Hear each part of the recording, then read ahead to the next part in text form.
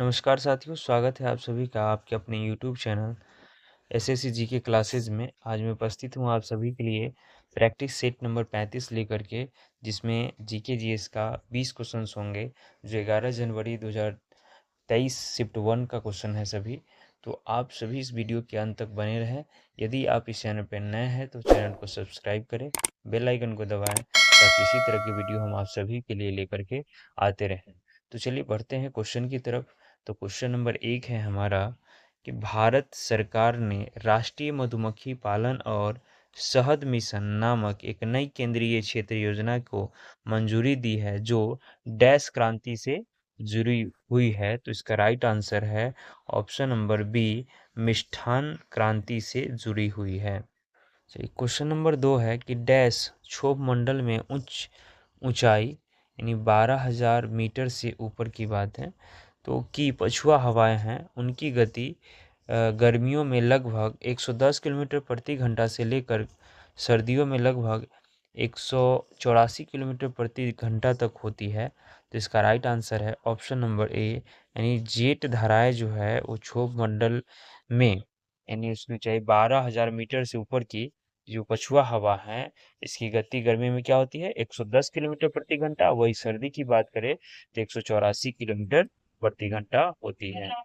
Question number 3 है कि स्वतंत्रता के बाद भारत ने अपनी पहली पंचवर्षीय योजना, है ना, भारत ने अपनी, सॉरी यहाँ पे टाइपिंग एरर है, यहाँ पे होना चाहिए कि डैश में, ठीक है, डैश में अपनी पहली पंचवर्षीय योजना शुरू की थी। इसका राइट आंसर है ऑप्शन नंबर डी, यानी 1951, है ना, 1951 में भारत में पहली पंचवर्षीय योजना शुरू की गई थी। अगर हम बात करें कि पहली पंचवर्षीय योजना का उद्देश्य की, तो इस योजना का उद्देश्य था, है ना, पहली पंचवर्षीय योजना के उद्देश्य की बात करें तो इसमें आर्थिक, मतलब भारत में तेजी से, सॉरी क्या होना चाहिए, तेजी से आर्थिक विकास, आर्थिक विकास और आर्थिक विकास और औद्योगिकरण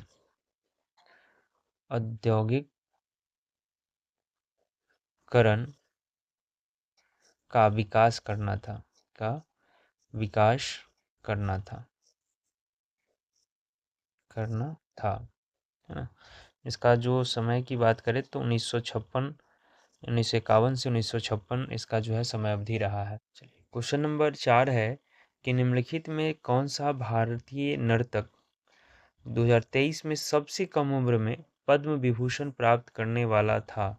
इसका राइट आंसर है ऑप्शन नंबर बी, सोनल मान सिंह, है ना, जिन्होंने सबसे कम उम्र में जो है पद्म विभूषण प्राप्त किया। चलिए पद्म विभूषण के अलावा जो अगर हम बात करें सोनल मान सिंह को, तो संगीत नाटक अकादमी पुरस्कार से भी सम्मानित किया गया पुरस्कार, है ना, ये 1987 में मिला था। वही पद्म भूषण की बात करें,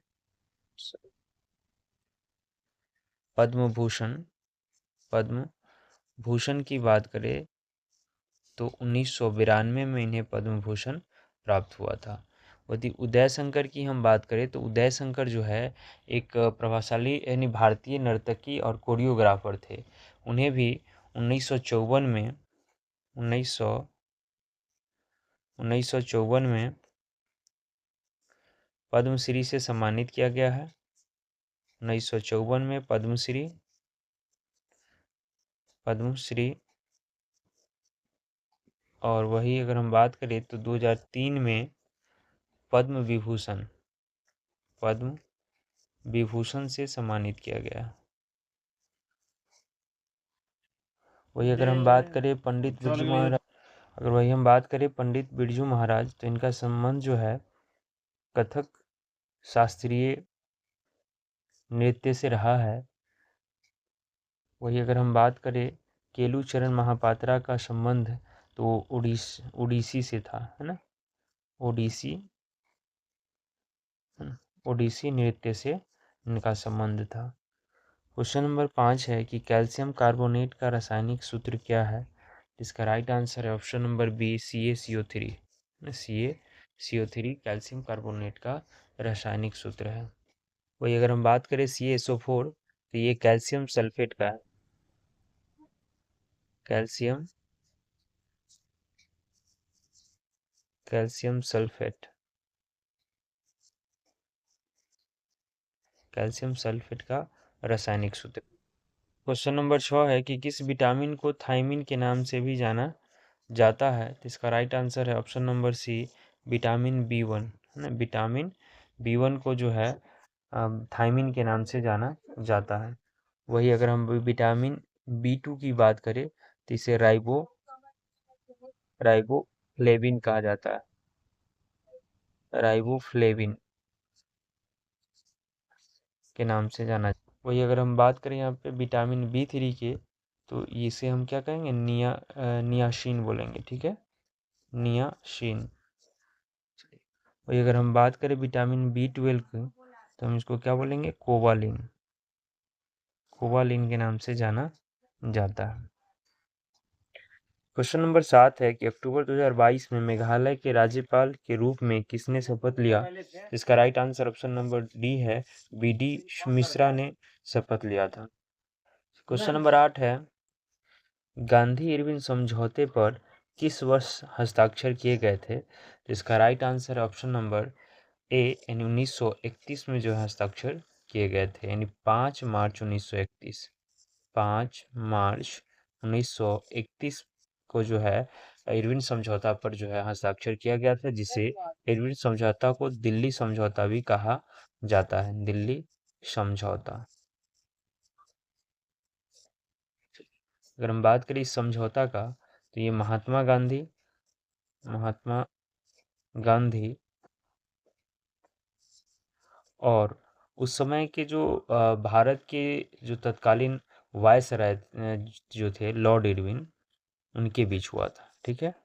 लॉर्ड इरविन के बीच हुआ था। महात्मा गांधी और लॉर्ड इरविन के बीच ये समझौता हुआ था। क्वेश्चन नंबर 9 है कि एक बजट दस्तावेज जो किसी विशेष वित्तीय वर्ष के लिए सरकार की राजस्व प्राप्तियों और राजस्व व्यय से संबंधित होता है, डैश कहलाता है। इसका राइट आंसर ऑप्शन नंबर ए राजस्व बजट कहलाता है। क्वेश्चन नंबर 10 है भारत के संविधान के अंतिम अनुच्छेद को डैश संख्या दी गई है? इसका right answer option number C है 395 जो है लास्ट इसका जो है संख्या दिया गया है। अगर हम बात करें इसमें तो भारतीय संविधान में कितने अनुच्छेद 395 है। वही 22 भागों में इसे विभाजित किया गया है। 22 भागों में इसे विभाजित किया गया है। इसमें अगर हम अनुसूची की बात करें, अनुसूचियों की संख्या की हम बात करें, अनुसूचियों की संख्या की बात करें तो अनुसूचियों की संख्या है 12। कितने हैं? 12 है। अगर हम संशोधन की हम बात करें तो अगस्त 2023 तक की अगर हम बात करें तो अभी तक लगभग 127 बार संशोधन हो चुका है। 127 बार। चलिए क्वेश्चन नंबर 11 है कि नवंबर 2022 तक भारत में केंद्रीय शिक्षा मंत्री कौन है? तो इसका राइट आंसर है ऑप्शन नंबर 2022 है, 22 तक की बात है तो धर्मेंद्र प्रधान, है ना। 2022 तक जो है केंद्रीय शिक्षा मंत्री कौन थे? धर्मेंद्र प्रधान थे। और अभी वर्तमान में भी भारत के शिक्षा मंत्री अभी धर्मेंद्र प्रधान ही हैं। क्वेश्चन नंबर 12 है कि 2011 की जनगणना के अनुसार किस केंद्र शासित प्रदेश का लिंगानुपात सबसे अधिक है? इसका राइट आंसर है ऑप्शन नंबर बी पुडुचेरी का लिंगानुपात सबसे अधिक है।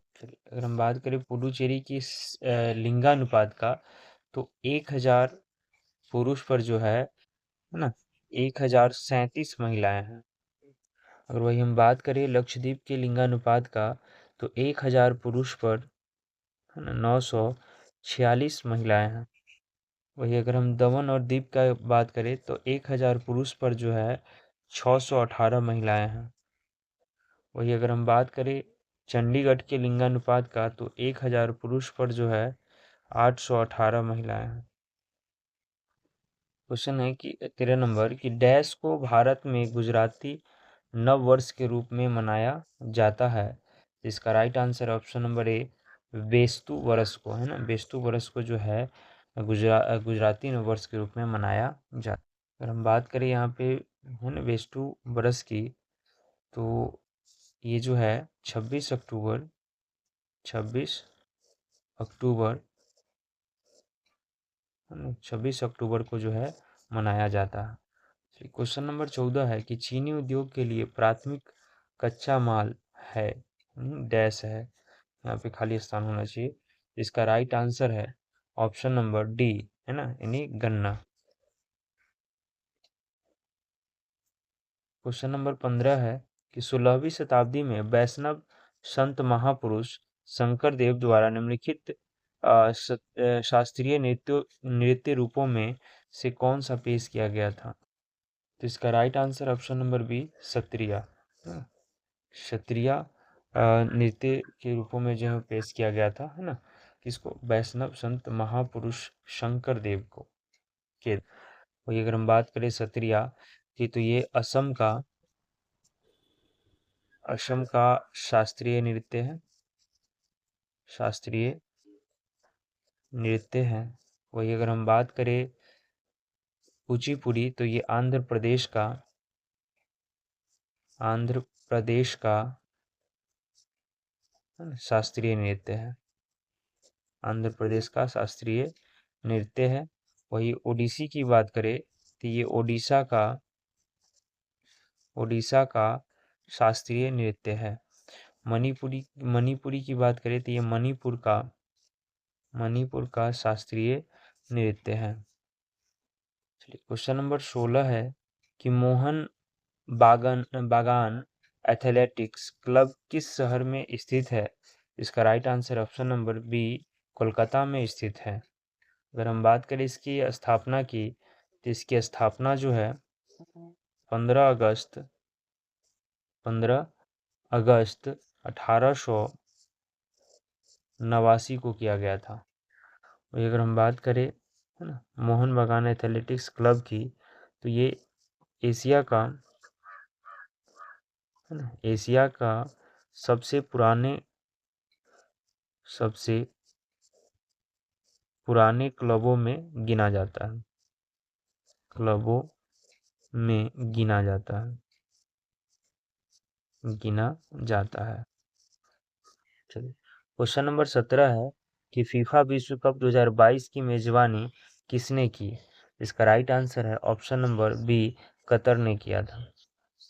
अगर हम बात करें इस विश्व कप की, तो ये विश्व कप जो है 21 नवंबर से 18 दिसंबर 2022 तक जो है इसे ना खेला गया था। चलिए अगर हम बात करें तो ये पहली बार अरब देशों में इसे आयोजित किया गया था, आयोजित किया गया था पहली बार। ठीक है, अगर हम बात करें तो इस विश्व कप में कुल 32 टीमों ने भाग लिया था, 32 टीमों ने भाग लिया था। और अगर हम बात करें इस विश्व कप की विजेता की, इस विश्व कप के जो विजेता था वो था अर्जेंटीना। अर्जेंटीना विजेता था। वही उप विजेता की बात करें तो फ्रांस जो है उप विजेता था। चलिए क्वेश्चन नंबर 18 है कि देश के राष्ट्रपति को कार्यकाल से हटाने को डैश के रूप में जाना जाता है। तो इसका राइट आंसर ऑप्शन नंबर ए महाभियोग के नाम से जाना जाता है इसका विवरण की हम बात करें तो इसका विवरण जो है अनुच्छेद 61 में जो है इसका वर्णन किया गया है महाभियोग का। और ये कब जारी किया जाता है, जब अगर संविधान के उल्लंघन करने पर, अगर राष्ट्रपति द्वारा संविधान का उल्लंघन किया जाता है तो उस पर जो है महाभियोग लगाया जाता है और उसे पद से हटा दिया जाता है। क्वेश्चन नंबर 19 है कि निम्नलिखित में से किस यूनानी शासक ने मेगास्थनीज को चंद्रगुप्त मौर्य के दरबार में भेजा था? इसका राइट आंसर है ऑप्शन नंबर ए, सेल्यूकस निकेटर ने मेगास्थनीज को चंद्रगुप्त मौर्य के दरबार में भेजा था। लगभग अगर हम बात करें तो मेगास्थनीज 305 है ना ईसा पूर्व जो है ईसा पूर्व में भारत में यानी मौर्य साम्राज्य के चंद्रगुप्त मौर्य के दरबार में आया था। अगर हम बात करें यहाँ पे मौर्य मौर्य साम्राज्य की मौर्य साम्राज्य की साम्राज्य साम्राज्य के संस्थापक के तो चंद्रगुप्त मौर्य है। चंद्रगुप्त मौर्य। अगर हम बात करें कि मौर्य साम्राज्य की राजधानी की, तो इसकी जो राजधानी है वो पाटलिपुत्र थी। राजधानी की बात करें तो पाटलिपुत्र। क्वेश्चन नंबर 20 है और लास्ट क्वेश्चन है इस वीडियो का कि विरासत का अधिकार किस ओर ले जाता है? तो इसका राइट आंसर है ऑप्शन नंबर सी, भूमि का विभाजन, है ना, भूमि के विभाजन की तरफ ले जाता है विरासत का अधिकार। तो उम्मीद करते हैं कि ये वीडियो आप सभी को काफ़ी पसंद आया होगा। तो वीडियो को लाइक करें, शेयर करें, चैनल को सब्सक्राइब करें, बेल आइकन को दबाएं ताकि इसी तरह की वीडियो हम आप सभी के लिए लेकर के आते रहें। मिलते हैं नेक्स्ट वीडियो में, तब तक के लिए धन्यवाद।